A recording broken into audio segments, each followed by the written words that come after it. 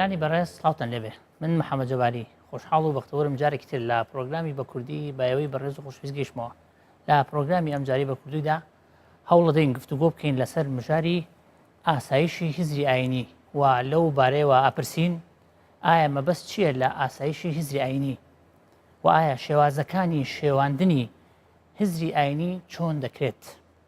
ئایا هیچ زانستێک هەیە بۆ پاراستنی ئاسایشی هیزری ئاینی یا هزر بەگشتی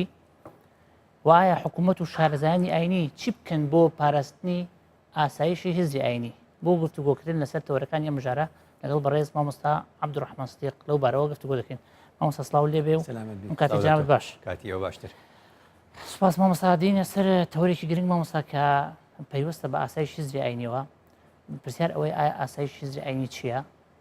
و ئێمە چۆن ئاسایشی هیزری ئاینی بناسین تاوەکو دوای دێنە سەر باسەکانی تر کە چی بکەین شێوازەکانی چۆنە. بەناوی خۆی بەخشندەی میهرەبان. دیارە لە سەردەمی ئێستادا و لە سەردەمی کۆندا وشەی یازاراوەی یا چەمکی ئاسایش چەمکێکی سادە بووە تەنها لە بواری وەکو بڵێ سیاسی و سەربازی ڕەنگە بەکار هاتوێ. ئیدی لەگەڵ تێپەڕبوونی کاتدا لە پێناوی پاراستنی ئەو دوای ئەو فاکتەرانەی کە دەبنە مایەی پاراستنی مۆرکی نەتەوایەتی یاخود مۆرکی نیشتیمانی هەر گەل و نەتەوەیەک ئیدی چەمکی ئاسایش فراوان بووە. تا گەشتا ئەو ڕادەی کە شتێکمان هەیە پێڵێن سەلامەی لەو غەوی واتە چۆنەڵێ بەمانایەکی تر سەلامەتی زمانە بەمانایەکی تر ئاسایشی زمان چونکە زمان کۆڵەکە یەکەمی هەموو نەتەوەیەکە. ئیدی بەم شێوازە لە هەموو ئەو بوارانە ئاسایشی کۆمەڵایەتیمان بۆ پەیدا بوو، ئاسایشی ئابووریمان بۆ پەیدا بوو، ئاسایشی ژینگەیمان بۆ پەیدا بوو، هەموو ئەمانە لە ئاسایشی کەلتوری ئەم چەمکە ئێمە قسەی لێکەین ئاسایشی هزری ئاینیە. بەمانە ئاین مەبەستمان ئیسلامە. لە نێو ئیسلامدا ئەو کەسەی کە لەو ڕوانگەیەوە بیر دەکاتەوە هزرێکی بۆ دروستە بێ فکرێکی بۆ دروستە بێ ئەو فکرە ئەناسرێ بە فکرێکی ئاینی بە فکرێکی ئیسلامی. باشە ئەمە زەمان چییە ئاسایشی ئەم هزرە بە جۆرێک بێ نەبێتە هەڕەشە بەسەر ئەو گەلو نەتەوەیە. بۆی ئێستا زۆربەی وڵاتان بەگشتی ئەبینی زۆرجا داوای ئیندیماجەکەن لە پەنابەرەکان بۆ چونکە نایەنەوێت کەلتوری پەنابەر لەگەڵ خۆی بیهێنێ بۆ ئەو وڵاتانە، نایەنەوێت کەلتوری ئەو وڵاتەکەی خۆی بێنێ بۆ نێو ئەو وڵاتی تر بۆی ئاسایشی کەلتوری خۆیان بپارێزن. ئیدی لەوێەوە ئاسایشی ئەوان مەسەلەن ئاینیان تێگەشتنی خۆیان بۆ ئاین تێگەشتیان بۆ کەلتور هەموو ئەمانە بینی ئەو خەڵکەی ڕوو لەوێ دەکات دەبێ خۆی بگونجێنێ نەک ئەوان زاڵ بن بەسەر ئەوانی دیکەدا. ئێمە ئێستا لە هەرێمی کوردستاندا ئێمە وەکو گەلی کوردستان لە هەموو پارچەکانی دیکەی کوردستاندا زۆرینەی خەڵک مسلمانە لە نێو ئەم مسلمانبوونەدا ئەمڕۆ بەداخەوە ئەوەی کە ئیرهاب دەکا و ئەوەی تیرۆر دەکا لە ژێر ناوی ئایندا دەیکا و لە ژێر ناوی ئاینی ئیسلامدا دەیکا. کەواتە ئەکرێ لەم ڕێگەی ئاینەوە هزرێکی تونڕەوانە ڕوو لە ئێمەش بکە و ڕووی لە ئێمەش کردووە. ئیدی لە دوای تەوابوونی شەڕی داعشش بە دڵنیایی ئەم مەسەلە فکریانە و هزریانە هەر بەردەوام دەبێت. کەواتە ئەم بابەتە بۆ ئەوەیە کە پێمان بڵێ ئێمە چی بکەین لە پێناوی ئەوەی کە ئاسایشی هزری ئاینی خۆمان پارێزراو بکەین. ئەمە کارێکە زۆربەی وڵاتان دەیکەن. یەکەم شت ئەمە بۆ ئەوە دەبێت پێویستە بکرێ کە ئەم سەردەمە سەردەمی مەنع نییە. ئەم سەردەمە هیچ شتێک بە مەنع ناکرێت. بۆیە سەردەمی مەناعەیە. یعنی چی؟ یعنی پێویست بەوە دەکات تاکەکان هۆشیار بن، ڕۆشنبیر بن، خۆیان پارێزبەندی و مەناعەت بۆ خۆیان دروستکەن، خۆیان ڕاست و چەوت لە یەک جا بکەنەوە، خەڵک بگاتە ئەو ئاستەی خۆی ڕەش و سپی لە یەک جا بکاتەوە. چونکە تۆ فریان ناکەوی هەموو ڕۆژ بە خەڵک بڵێ ئەو کتێبە مەخوێنەرەوە، ئەو کتێبە بخوێنەرەوە، ئەو کتێبە خراپە، ئەو کتێبە باشە، سێری ئەو سایتە بکۆ ناکری. ئەمە کۆتایی نایە چونکە دنیا هەمووی ئەمڕۆ کراوەیە بە ڕووی یەکتردا. بۆیە لێرە بۆ دەرەکەوێ وشەی منع و منعکردن هیچ مانایەکی نییە لەم سەردەمە. ئیدی بێ بگەینە قۆناغی مەناعەت، قۆناغی پارێزبەندی، قۆناغی خۆپاراستن لە جیاتی ئەوەی بە خەڵک بڵێ ئەوە منع باش. دووەم هۆکارکەوامان لێکە ئاسایشی هزری ئاینی خۆمان پارێزراو بکەین بۆ خۆپاراستنە لەو هەموو درۆ و دەلەسە و قسە قراپانی کە تێکەڵ بە ئاین کراوە. ئەیمانەی چییە؟ خاڵی سێم کە زۆر گرنگە ینی چۆنەڵێ ئاماژەی پێ بکەین لە ئاسایشی هزری ئاینی هەر قسەیەک بە ناوی دینەوە بۆمان کرا، بۆ من بۆ تۆ هەر ئینسانێک جۆی لێ بوو، مامۆسایەکی ئاینی، کەسێک ڕۆشنبیرێک، بەرنمەیەک، هەر کەسێک کە قسەی بۆ ئەکا ئەو قسەیە لە ڕووی ئاینیەوە بریتە لە خەبەرێکە بە نسبەتی جۆگر بە نسبەتی بینەر ئەو قسەیە خەبەرێکە لە کەسێک کە جوێی لێبێ لە ڕوانگەی ئاینیەوە ئەڵێ ئاەتێک گواڵێ ئەو تەفسیرەکەی وایە، ئەم فەرمودەیە هەیە، ئەو فەرمودێمانەی وایە، ئیمامی فڵان وای گوت، فڵان وای گوت. ئەمە هەمووی خەبەرە. ئەم خەبەرە دەبێت تاکی مسلمان بگاتە ئەو ئاستەی ئەم خەبەرە ئیختیبارکە. ئەم خەبەرە تێستکە بەڵێ ئەم خەبەرە ئیختیبارکە لە مختبەر چۆن گوتمان H2O مەسەلە کیمیاویەکان لە مختبەرە تێستەکەین مەسەلەکانی تریش مختبەری خۆی هەیە مختبەری خۆی ئەم بابەتەیە کە ئاسایشی هزری ئاینیە ئەبێ بگەینە ئەو زانستەی کە پێمان دەڵێت چۆن ئەم قسە و باسە ئاینیانی ئەمڕۆ پێمان دەڵێن ئاگاداری بین نەبێتە مای ئەوەی کە بە ئاسانی وەریگرین ئەبێ تێستیکەین هەموو خەبەرێک اختیبارکەین لە مختبەرە زانستیەکەی خۆیدا کەواتە باشترین پرسیارێک ئەوەیە کە لە خۆمانی بکەین 4 پرسیاری زۆر سەرەکی هەیە دەبێ هەموو خوێنەرێکی بۆ هەموو بوارەکان بەس من حەقم بەوان نییە باسم لە ئاینیە لە بواری ئایندا وەختی من کتێب دەخوێنمەوە هەمیشە 4 پرسیار لە خۆم دەکەم ئەم کتێبە چێ نووسیوێتی فلانی کوڕی فلان ئەبێ ژیان نامەی ئەم کوڕی فلانی کوڕی فلانە یا فلانە ئافرەتی کچی فلانە کەس ئەبێ بزانم بۆ چونکە ژیان نامەی ئەم بۆ من زۆر گرنگە لە ڕێی ژیان نامەکەیەوە تێ ئەگەم بۆچی ئەم کتێبەی نووسیوە لە بەرچی ئەمەی نووسیوە هۆکارەکانی چییە کەواتە چێ ئەم کتێبەی نووسیوە پرسیاری یەکەم ئەگەر ئەوەمانزانی ئەو بۆ ئێمە زۆر گرنگە بێ لە ڕاستیدا ئەو کەسە ساڵی چەند لەدایک بوو بێ تێگەی لە چ زمانێک بووە مشکلی ئەو زمانە ئەوە بووە لەبەرەوە ئەو کتێبەی نووسیوە مشکلی من ئەم زمانە ئەوە نییە کەواتە من ئەو کتێبەم هەر ناوێ ئێستاکە دووەم ئەوەیە ئەو کتێبە لەکوێ چاپ کراوە کتێبێک لە سعودیە چاپ کرێ شتێکی لێ دەرەکرێ کتێبێک لە ئێران چاپ کرێ هەندێک شتی لێ دەرەکرێ بەڵێ کتێبێک لە بەیروت چاپ کرێ شتێکی لێ دەرەکرێ کتێبێک لە باشووری عێراق چاپ کرێ شتێکی لێ دەرەکرێ کەواتە هەموو وڵاتێک بۆ خۆی ئاسایشی هزری ئاینی خۆی داناوە ڕێقابە و کۆنتترۆلی هەیە بەپێ ئەو میتۆدەی خۆی دایناوە ئەو شتە دەرەکە کەواتە تۆ ناتوانانی بڵێ من لە بەرامبەر کتێبێکی بەریئم کەواتە ئەوە زۆر گرنگە خاڵی سێمە بێت لە خۆی بپرسێ بڵێم کتێبە ساڵی چەند چاپ کراوە ساڵی چاپکردنی کتێبەکە زۆر گرنگە کە سێرەکەی ساڵی 50 بێت تۆ بچیتەوە ئەو سەردەمە بزانی ئەم برادرە بۆیە ئەو قسەی کردووە ساڵی 50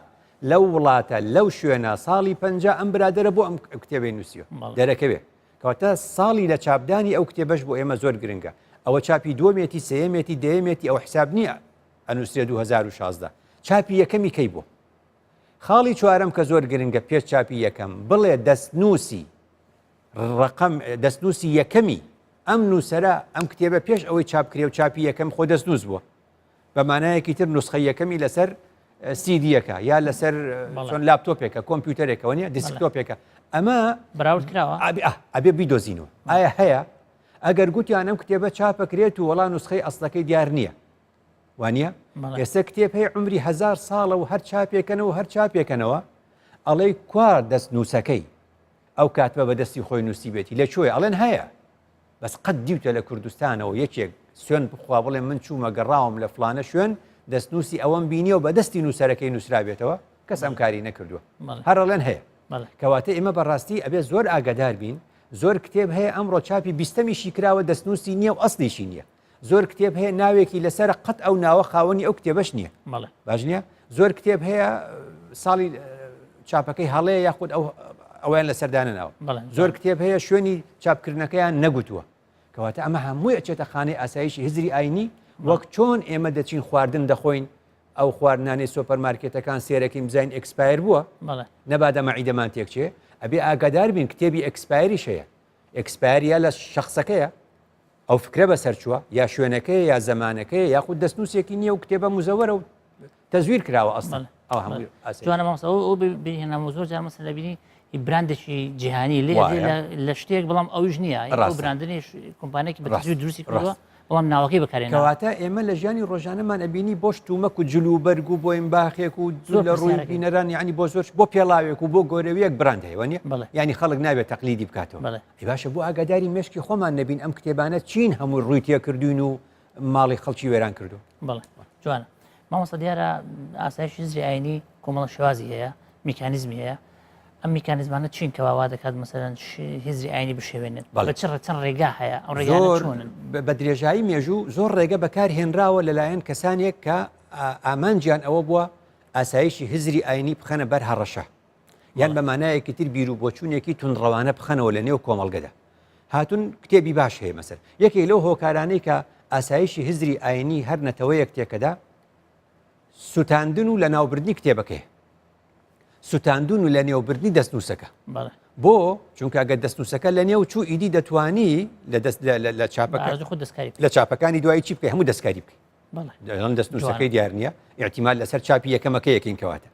کەواتە ئەمە لە جیهانە زۆر ڕوویداوە لە جیهانە زۆر ڕوویداوە دەوڵەتێک بەسەر دەوڵەتێکی داوە دەستنووسەکانی ئەو شوێنەی بینیەوە هەمووی سوتاندووە نوسخەی لەبەر گرتووەتەوە بۆ خۆی دەستکاریەکە لە چاپی یەکەمە ئیدی نوسخە ئەسڵەکە دەفەوتێنێ بۆی کەس بۆی نەگەڕێتەوە جارێکی ئێستا بۆ دوورە ڕۆی لە ڕەبیعی عەرەبی بەهاری عەرەبی میسر لە مەیدانی تەحریرە کە ئەو ئاژاوە شتە پەرەیسەند ئاگر کەوتەوە لە نزیکی کۆڕی زانیاری میسر ئەگەر لێ بوو کتێبخانە گەورەیە سووتە 200,000 کتێبیان تێسووت ئەوە ئاسایشی هزری ئاینی یا ئاسایشی هزری ئەو دوای زانستەکانی تر لەو کتێبانە دەڕوە باشە داعش لە شوباتی ساڵی دپار داعش لە شوباتی ساڵی 2015 کتێبخانەی ناوەندی ئەنباری هەموو سووتان ئێوە چەند دەستنووسی تایە جارێکی ترە و دەستنووسە نبینیتەوە نوسخەیەکی هەڵەگرێ بۆ خۆی چاپێکی لێکە ئەو داشی ئەسووتێتەوە ڕستمیەگرێ و هەڵێگرێتەوە جارێکی تر داعش لە مووسڵ ساڵی پار لە 2015 کتێبخانەی ناوەندی مووسی سووتان کتێب هەیە دووبارەیە کێشەد نییە بەس کتێب هەیە دەستنووسە ئەوە جارێکی تر تەزویری بە ئاسانی تیا ئەکرێتەوە جارێکی تر مەبەستمەوە بوو کە ئەمە یەکێکە لەو هۆکارانە هۆکارێکی تر لەو هۆکارانە ئەوەیە کە کتێب چاپەکەنەوە حەسب و ئیزافەی بۆکەن کتێب کە چاپی دووەم سێم چوارم هەمیشە گوتومە لە یەکێتی زانایان گوتومە لە ئەوقاف گوتومە لە زۆربەی شوێنەکان گوتومە ئەرێ برادەرینە کتێبێک دێ نووسراوە مەسەلەن کتێبی مەجموعی ئیمامی نەوەوی ئەمە چاپی 22یەتی بۆ نمونە وتم کەس نەم کوردستانە لایەنێکی بەرپرس لە بواری ئاینی دانیشتووە بڵێ بە ئەم کتێبی مەجموعە هەم جارە هەمووی بخوێن بزین ئەرێ ئەمە 22 لە 21 چێ بزین چاپی 21 لە 22 نانە چاپەکە ینی کتێبێک هاتووە ئەو قسەی شۆروایە ئەم کتێبە کە پێوتری ئەلمەجموع بزانین ئایا وەکو تۆڵی لە کوردستان هەروەکو میسرە هەروەکو شامە ئەم کتێبە کە ئێستا چاپی 22 چاپی پێنجەمی هەروەک ئەوەیە چاپی یەکەمی هەروەک 22کەی بەڕاستی ئەی بەڕاست دەستنووسەکەی لەکوێ یعنی جارێکی تر پرسیارەکە دێتەوە کەواتە لە ڕاستیدا ئێمە خۆمان داوەتە دەستی قەدەرێکی زۆر هەڵە یعنی هەرچی کتێب هەیە بڕوامان پێ کردووە 100% لە کاتێکدا مەرجنیە ئەو کەسە یە دوو دێڕی لێ گۆڕی بێ بەسمانە دوو دێڕیکەواتە حەسب و ئیزافەش داری نەشرێک دەوڵەتێک بە پێی مەزهبەکەی خۆی بە پێی بیرروو بۆچوونە سیاسەکەی خۆی ئەخ داعش کتێبێت ئەرە باشە توا داعش کتێبێکی ئیمامینەوەی تەبعکاتەوە باش نییە هیچ تەساهولێک و هیچ تەساموحێک و هیچ پێکەوژانێکی تایەڵێتەوە حتمما ئەی گۆڕێ بەو شێوازە کەواتە زەمان چییە ئێمە خۆمان ئاوا بە ئاسانی لیژنەمان داناوە بۆ تەماشاکردنی خۆراک و سۆپەرمارکێتەکان لیژنەمان نییە بۆ بینینی ئەم کتێبانە بۆیە ئەم نەوەیەکت بۆ دروستە بێت تونڕە و نەوەیەکت بۆ دروستە بێ هەر کەس لەو سەری شار ئەڵەن کتێبێکەیە واڵێ ئەو سەری شارەڵێ کتێبێکەیە واڵێ ئەگەر لێ ئەگەر دێ لە شارێکە یعنی چەندین بەلبەلەی فکری دو بە ئاسایشی هزری ئاینیە تێکشووە خاڵێکی ترەوەی اختصار فێڵێکی تر بۆ ئەوەی کە کتێبێک تێک دەی چییە ئەڵێ ئەم کتێبە حوسەت لە ئاپەڕەیە گەنجی ئەم سەردەمە ناتوانێت بیخوێنێتەوە ئەی چی بکەین باشە با بین کورتی کەینەوە کورتکراوەی کتێبی فلان ئەمە دیوەخۆ لەم کورتکردنەوەیە ئەوە ئەهێڵیتەوە کە خۆت حەزل لێتی ئەوانە لە ئەدەی کە خۆت حەزل لێ نییە ئەمە زۆرێک لە دەوڵەتان ئەم فێڵە ئەکەن زۆرێک لە دەوڵەتان لە ڕێگەی ئەمە چی بکەن خۆ ئەم کابرایەک باسی پێکەوە ژیانەکە و ئەم کتێبەی زۆر جوانە و بەس ئەم کتێبە وڵی ناگونجێ لەگەڵ مەزەبی ئێمەوە ئەم کتێبە ناگونجێ لەگەڵ بۆ چونە تونڕەوەک چی لێ بکەین خۆ ناتوانین لە ناوی بین هەیە تازە کتێبەکە چی بکەین باشە با ناوی بنێن اختصار ئەم اختصارەیە کە کاتی خۆی ئەم اختصارەیە کە یەکێکی وەک ئیبن خەلدون ئەڵێ الاختصار فساد في التعليم خراپترین شتە بۆ فێربوون چونکە تۆ شتەکانی تری لا ئەدەی هۆکارێکی تر هەوەیە کە بەڕاستی بۆ ئەوەی کە تۆ بتانی ئاسایشی هزری ئاینی تێک دەی لەو کتێبانی کە هەیە ئەوەیە کە ینی هەندێک کتێب هەیە مەتنە هەندێک زانە شەرحێکی زۆر جوانیان بۆ نووسیوە ئەو کەسانی کە دێن جارێکی تر چاپێکەنەوە شەرحی عالیمەکە لا ئەبن کتێبەکە بە تەنیا تەبعەکەنەوە ئەوە بۆ ئەوەیەوە ئەو شەرحە جوانە لەگەڵی نەبێ جارێکی تر خەڵک سوودی لێ نەبینێ بە چووکە پێچەوانی بیرروو بۆ چوونەکانی ئەو لایەنەیە ئەو دەوڵەتەیە ئەو چاپخانەیە ئەو کەسەیە کە تەبعێکات بەڵێ جاری وایە دێن کتێبێدانن بە ناوی هەمان ناوە بڵێن تۆ کتێبێکی بە ناوی ئەلئەذکار هی ئیمامی نەوەویە بۆ نمونە کتێبێکی باشە یەکێکی تر دێ هەر بەو ناوە کتێبێک دانێ هەر بەو ناوە کتێبێک دانێ تر گەنجی ئەم زمانە کە تۆ ئەڵێ ئەذکار ئەو ژاڵێ ئەذکار وازانێ ئەوە ئەوەیە ئەچێ بۆ لە ئێوە هەر وەکو ئەوەی کە نمونەیەکت پێ بڵێم وەکو ئەم بە کوردیە ئێستا ئێمە بەرنمەیەکمانێ ناوی بە کوردیە بەڵێ وانە بەڵێ. ئێستا کەسێک نازانم تر گەنجە پیاوە پیرە نازانم ئێستا ئەگەر بچی بۆ فەیسبوک کەسێک پەیجێکی کردوێتەوە ناوی ناوە بە کوردی بە کوردی خەڵکی جوازان ئێرە ناوەکە هەر ئەم ناوەیە بەڵێ. خەڵک وازانێ ئەو بە کوردی ئەم بە کوردیە هیچ ڕبتیشی نییە بەس ئەو سوود لە ناوەکە ئەبینێ جوان. کاڵێن بە کوردی ئەو 6,000 7,000 لایکی بۆ چوە بەڵێ بەڵێ. ئەوە یەکێکە لەو ناوانە بەڵێ. ناوی مشابه ئەبەی بۆ خۆت بزنس بە ناوەکەوە بە ناوەکەوە بەڵێ، ئەڕێ شتێکی تر هەیە کە لە ڕاستیە پێوترێ تێکدانی ئاسایشی هزری ئاینی ناوی ئەو شوێنەی لە سەردانانی ناوی دارن نەشر هەر کتێبێکت بینی ناوی چاپخانەکەی لەسەر نەبوو هەڵەیە بیخوێنیتەوە چونکە کەس خاوەنی نیە ئەوە بە کەیفی خۆی دەستکاری تیا کردوێتەوە خاڵێکی تر ئەوەی لە ڕاستی تەقتیعی کتاب کتێبێکەیە زۆرە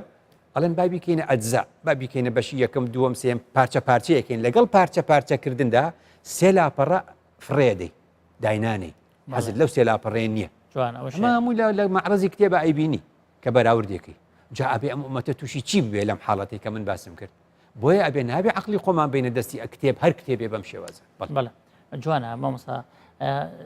بێگومان مامۆستاەوەی باسمان کرد بەڵام بۆ هەموو زانستێک بۆ هەموو کاری زانستێک هەیە ئایا بۆ ئەم مەسلەی پاراستنی ئاسایشی هزری ئاینیە چ زانستێک هەیە کە وا بکاتین بە بەشێکی زانستی ئاسایشی هزری ئاینی بپارێزین دوو زانستمان هەیە یەکیانەوەیە کە ئێمە پێویستیمان بەوەیە دەستنووسمان دەستکەوێ ئیتر خۆ من و تۆ ناتوانین هەمومان دەستمانکەوێ لە هەر بوارێکدا زۆر گرنگە دەستنووسی یەکەم بدۆزرێتەوە ئێستا قورئان بۆ کێشەی نییە چونکە خوددا خۆی فەرمووی وئینا لەه لەحافظ لەبەر زۆرشی خوێنینەوە جگەلەوەی کە یعنی مەبەستمەوەی قورئان نوسخەی یەکەم و دەستنووسی یەکەمی هەیە باقی کتێبەکانی تر دەستنووسەکانیان 200 ساڵ 300 ساڵ لە دوای نووسەرەکە وەفاتی کردووە دەستنووسی وا هەیە بەس بە دەستخەتی خۆی لە سکاتی خۆی نووسی بێتیەوە ئەوەمان زۆر کەمە ئەمە زۆر ینی لە زۆربەی شوێنەکانەوە لەبەرەوە زۆربەی دەستنووسەکان تورکیا بردوێتی کاتی خۆی دەوڵەتی عوسمانی لە دوای ئەو ئێران بردوێتی لە دوای ئەو دەستنووس دەوڵاتەکانی تر لە بەریتانیا زۆر هەیە ئەم وڵاتان ئەوانی کە وڵاتانیان داگیر کردووە لە دوای ئەو فەڕەنساشەیەتی ئەڵمانیاشەیەتی لە ئەمریکاش هەیە ئەبێ بچی لەو دەوڵەتانە بگەڕێ بزانی ئەرێ ئەو دەستنووسانە دەستنووسی ئەسڵ هەیە بیخوێنیتەوە یعنی ئێستاگەر بواری ئاینی یەکێتی زانایان و وەزارەتی ئەوقاف وەکو هەرێمی کوردستان ئەگەر خۆشیان نەڕۆن وەکو بڵێ ئەتوانن سوود لە خەڵکی وەرگرن کە لەوێ مطالعی ئەو کتێبانە بکات لەوێ تاوەکو بزانێ ئەوە بەڕاستی ئەو کتێبانە لە یەکەچن بەڵام لە ڕووی زانستی بۆ ئەوەی کە کتێبێک ئەگەر دەستنووسەکەشیمان دۆزێەوە چی ئەڵێ ئەو دەستنووسە ڕاستە چی ئەڵێ ئەو دەستنووسە تەزویر نییە ئەوە زانایان دوو علمیان بۆ ئەوە دۆزیوەتەوە لە ئەوروپا یەکێکیان پێوترێ زانستی کۆدیکۆلۆژیا کۆدیکۆلۆژیا دێت کە ئەڵێ ئەمە دەستنووسە و هێناوە ئەڵێ ئەمە دەستنووسی چی ئەڵێ تۆ ئەڵێ ئەمە دەستنووسی باپیرمە ئەڵێ هیکەی ئەڵێ هی 100 ساڵ لەمەوە بەرە هی 1916 واناڵێ یعنی ئەو کاغەزە ئەبێ کۆدیکۆلۆژیا حەقی نییە بە عیلمەکەی ناواخنەکەیەوە حەقی هەیە بە کاغەزەکەیەوە کۆدیکۆلۆژیا دێت ئیختیبار و تێستەکە فەحسی کاربۆنیەکە بۆ کاغەزەکەی ئەرێ بەڕاست ئەم کاغەزە لە فەحسی کاربۆنی دەرەچێ کە 100 ساڵ عمرێتی دەرەکەوێتەمان ئەو فەحسی ئەو علمی کۆدیکۆلۆژیایە دێت چیەکات بەشێک لەو کاغەزە وەرەگرێت کە تووەڵێ ئەمە دەستنووسی باپیرمە لەوانی خەڵک هەیە تەزویرەکە وەرەقەی کۆن دێنێ ئەڵێ ئەمە کۆنە و زرد بووە وەرەقەکە وازانێ کۆنە ئاها فەحسی کاربۆنی بە علمی کۆدیکۆلۆژیا دێت بارچەیەکی لێ وەرەگرێ فەحسەکە ئەڵێ بەڵە ڕاستە ئەم کاغەزە عمری 100 ساڵە کەواتەوە لە فەحسی مادیەکە دەرچوو دەستنووسەکە ئەوێ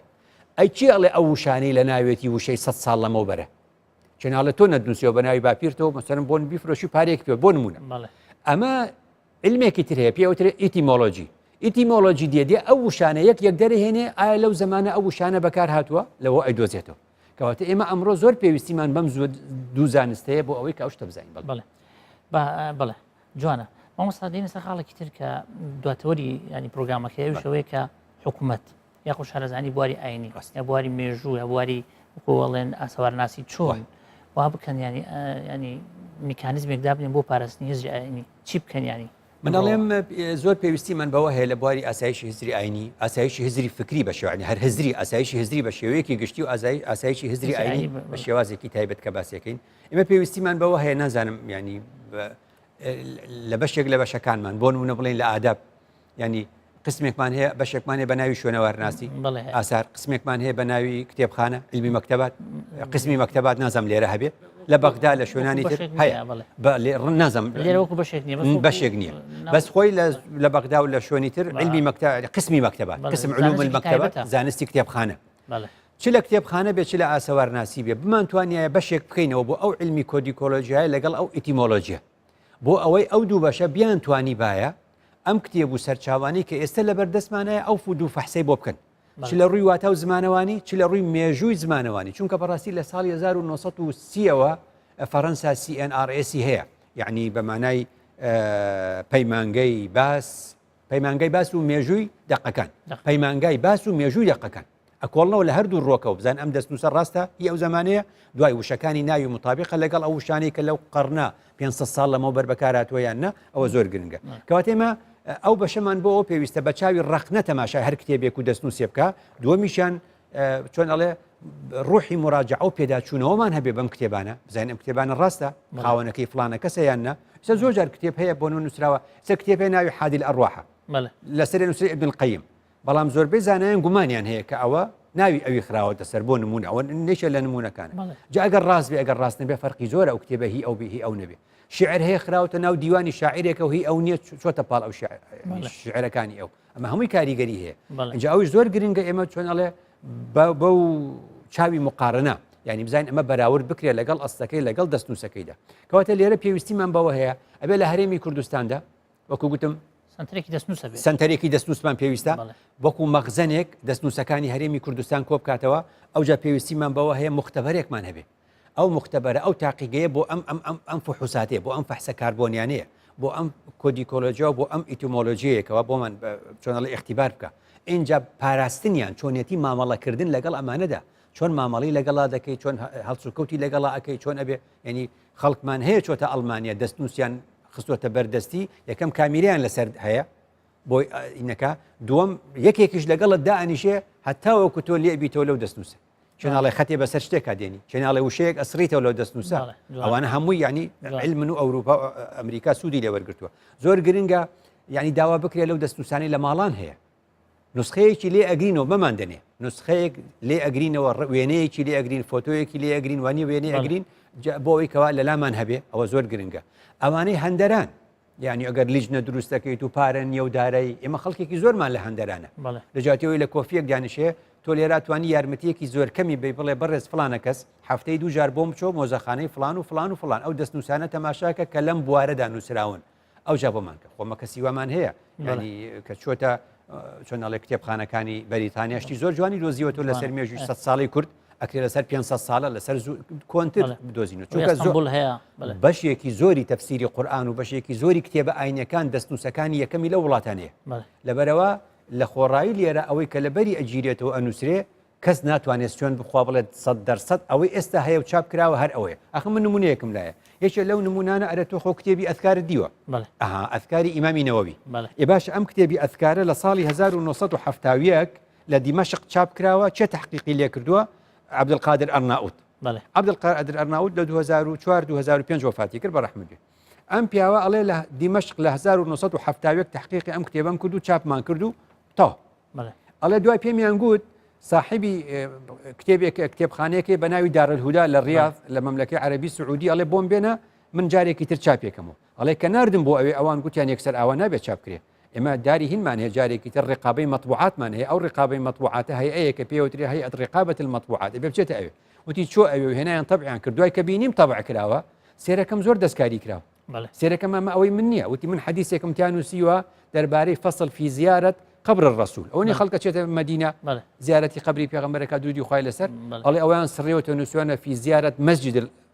الرسول عليه الصلاة والسلام يعني قبرك لا بوت مسجد لصفحة 295 دەستکاری تر کراوە حەدیثێکم هێناوەتەوە دەربارەی شەفاعەت ئەویشان سڕیوەتەوە جا ئەڵێ من هیچ ئیشکالم نییە جاڵێمانن هەموو دەستکاری کردووە ئەڵێ من گلەیم لە خاوەنی چاپخانەکە نییە إنما الذي يحمل تبعة ذلك هيئة مراقبة المطبوعات أو كوا أمكار هلاي كردوا دسكاري نوسينكي مني كردوا أو بريتيا لا دستي تشاوديري كرني شابا من يكان ولا شك أن التصرف في عبارات المؤلفين لا يجوز ده يعني ما بخودان بو دسكاري كردني عبارتي هر كسي كدانري كتابك لا يجوز ناكري وهي أمانة علمية أو أمانة كيزانسية وإنما على المحقق والمدقق ألا أجرت هر دسكاري شيكي أو لە تەنیشتەوە هامیشێکی تر بنووسە بڵێ من بەو هامیشە ڕازی نیم و من ڕێیەکی ترم هەیە بەس ئەوەی ئەو هەربیە لەرەوە کەواتامە یەکێکە لەو نمونانەی کتێبی ئەذکار خاوەنەکەی گلەیی هەیە لە دیمەشق چاپی کردو بە جۆرێک بۆ لە سعودیە چاپ کراوە شتیان لێلاداوە دەیان نمونێتری ئەوەمانێ کەواتە ئێمە لە هەرێمی کوردستانیشا پێویستیمان بەوە هەیە کە ئەم مراجعاتە بکرێت بەڕاستی لە ئەزهریشە شێخی ئەزهر جادل حەق بە ڕەحمەت بێ گوتی ئەبێ پیاچوونەوە بکەین بە هەموو ئەم کتێبانی لە ئەزهرە خوێنرێ کاتێ پیاچوونەوەیان کرد دەرکەوت زۆر کتێب هەیە هەر هەڵەیە ئەم کتێبانە هی فلانە کەس و فلانە کەس نەبووە شێخی دووەم کە هات عەلی تەنتاوی وتی کاکە ڕایگرن ئەو لیژنەیە ئەگەر ئێمە وا بکەین دەرکەوێ ئەو کتێبە هی فلان و فلان نییە خۆ لەسەر ئەو کتێبە و فلان و فلانە چەند ماجستێر و دکتۆرا وەرگیراوە ئەگەر ئەم قسەی ڕاست دەرچی ئەو کتێبانە خاوەنیان ئەو نییە ئەبێ ماجستێر و دکتۆرەکان هەمووی هەڵوەشێنینەوە نابا لیژنەکە لابین ئەوەش کارێکی خراپ بوو کردی لە ڕاستیان مەفروض بوو لەسەر کارێکی جادل حەق بەردەوام بووە ئیدە کەواتە من بۆم باسم لەوەیە ئاسایشی هزری ئاینی لە هەرێمی کوردستان ئەبێ قاوەنی هەبێ ئەم دینە ئەبێ لە هەرێمی کوردستان ئەوقاف یەکێتی زانایان کۆلێجی زانستە ئیسلامیەکان پەیمانگای زانستە ئیسلامیەکان پێکەوە هەرهەموویان بزانن ئەم کتێبانەی دێتە هەرێمی کوردستان دەستنووسی لەکوێیە ئەساسەکەی لەکوێوە هاتووە مقارنەی بکەن ڕۆشنبیری هەوڵاتی زیادکەن ئەم کتێبە ڕاستە هی فلانە کەسە دەستکاری کراوە یان نەکراوە بەڕاستی ئەمە ئاسایشی هزری ئاینیمان دەپارێت بەڵێ مامۆستا زۆر سپاس بۆ چوونەکان دەفتمان نەما دووبارە سپاس دەکەین بینەرانی بەڕێز زۆر سپاس بۆ ئێوەش کە تا ئێرە لەگەڵ ئێمەمانەوە تا پرۆگرامی داهاتوو بەخواتە نەسپێرم هەر شاد و بەختەوەر بن